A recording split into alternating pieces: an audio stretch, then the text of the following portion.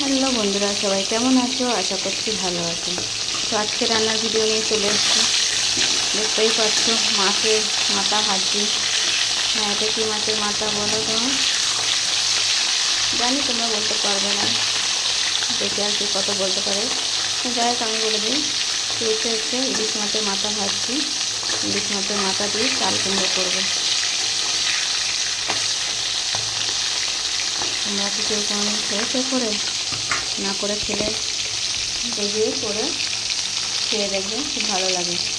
আর এদিকে হচ্ছে ইলিশ মাছের ঝোল, মশলা কষা চলছে, আলু বেগুন সব মাছ ভাজা আছে।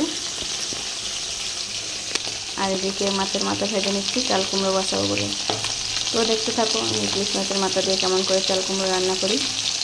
তো দেখো, ইলিশ মাছের মাথা তো ভেজে তুলে নিয়েছি। তুলে নিয়ে তেজপাতা পাঁচফোড়ন ফোড়নে দিয়েছি, দিয়ে আলু কটাকে ভেজে নেব। তো আলু তো দিয়ে দিয়েছি, আলুগুলো একটু ভালো করে নুন দিয়ে একটু ভাজা ভাজা করে নেবো। এদিকে মশলা আদা জিরে কাঁচা লঙ্কাটা বেটে নেবো। আর এদিকে মশলা কষা হয়ে গেছে, জল দিয়ে দেবো। আর করবো না, তাহলে শস্যটা তিতো তিতো লাগবে, তো জল দিয়ে দেবো। দেখো, জলটা গরম করতে পারি না, ঠান্ডা জলে দিলাম, ফুটিয়ে নেব।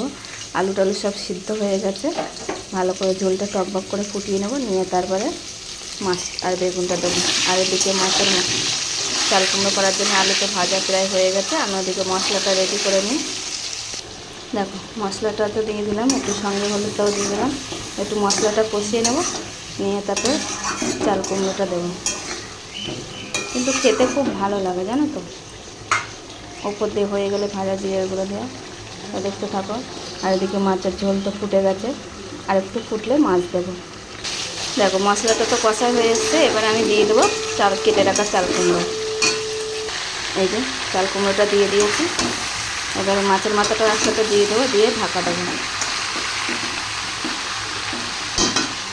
মাছের মাথাও সমেত দিয়ে দিলাম। ভালো করে এবারে কষিয়ে নেবো। চাল কুমড়োটা যত ভালো কষিয়ে নেবে তত ভালো করে খেতে স্বাদ হবে। আর এদিকে তরকারিতে দিয়ে দিয়েছি বেগুন কটা একটু ফুটুক, পরে একটু মাছটা দেবো।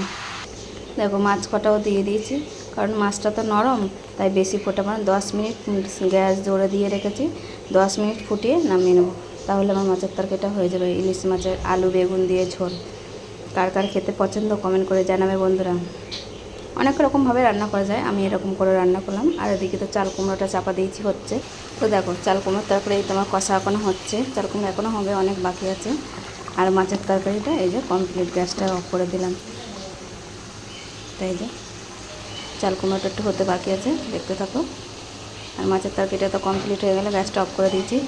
তো যার যার ভালো লাগে এরকম করে মাছের ঝোল বানিয়ে খাবে বন্ধুরা, খেতে খুব ভালো লাগে। ইলিশ মাছ তো অনেক রকমভাবে রান্না করা যায়, তোমরা যে যেমন খেতে পছন্দ করে সে সেরকম করে রান্না করবে।